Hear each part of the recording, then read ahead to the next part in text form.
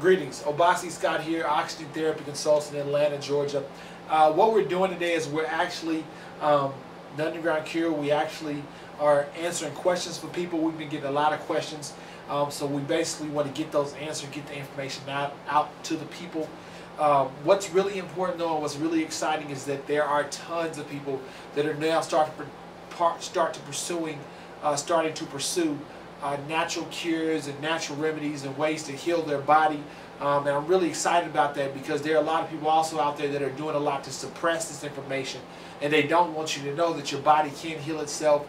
You already have everything inside of you to do the job. Sometimes just in this economy, your immune system and the oxygen level in your body gets suppressed by the foods we eat, the atmosphere we live in, and things like that. Sometimes we need some understanding to help us figure out and how to learn how to boost that back up. Because see, with a strong immune system, your immune system is supposed to take care of anything in your body that is wrong, so far as bacteria, parasites, viruses, conditions, things like that in your body that's wrong.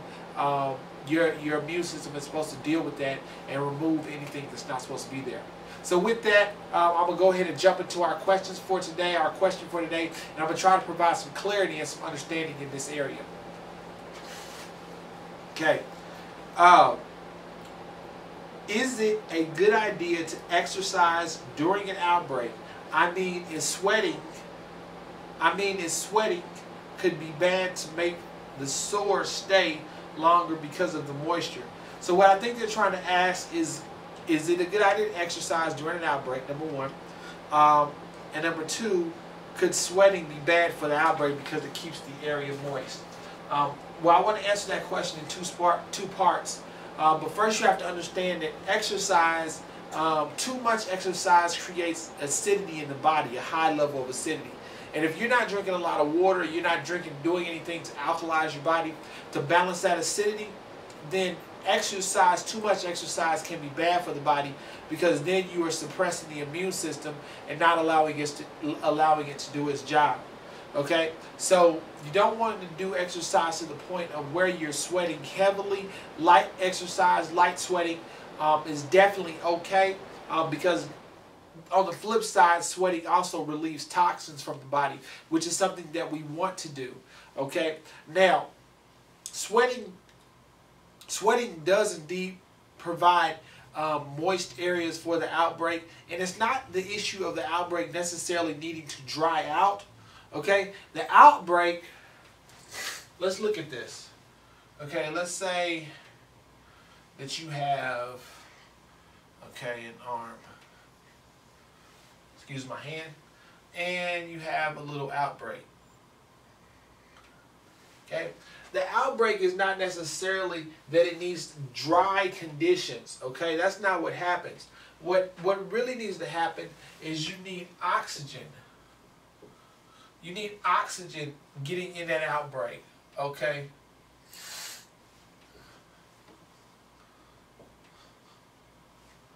And what you do is you need oxygen actually coming up under that outbreak too, because that's what's going to dissolve the virus or the toxin that's in there.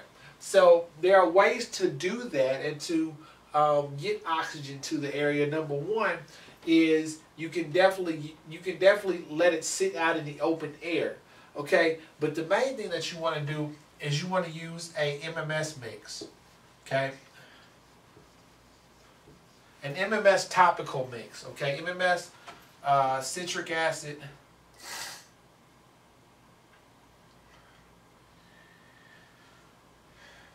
okay? Sorry. Citric acid and DMSO. Okay. Now, what you want to do is you want to do 3 drops of MMS to 15 drops of citric acid.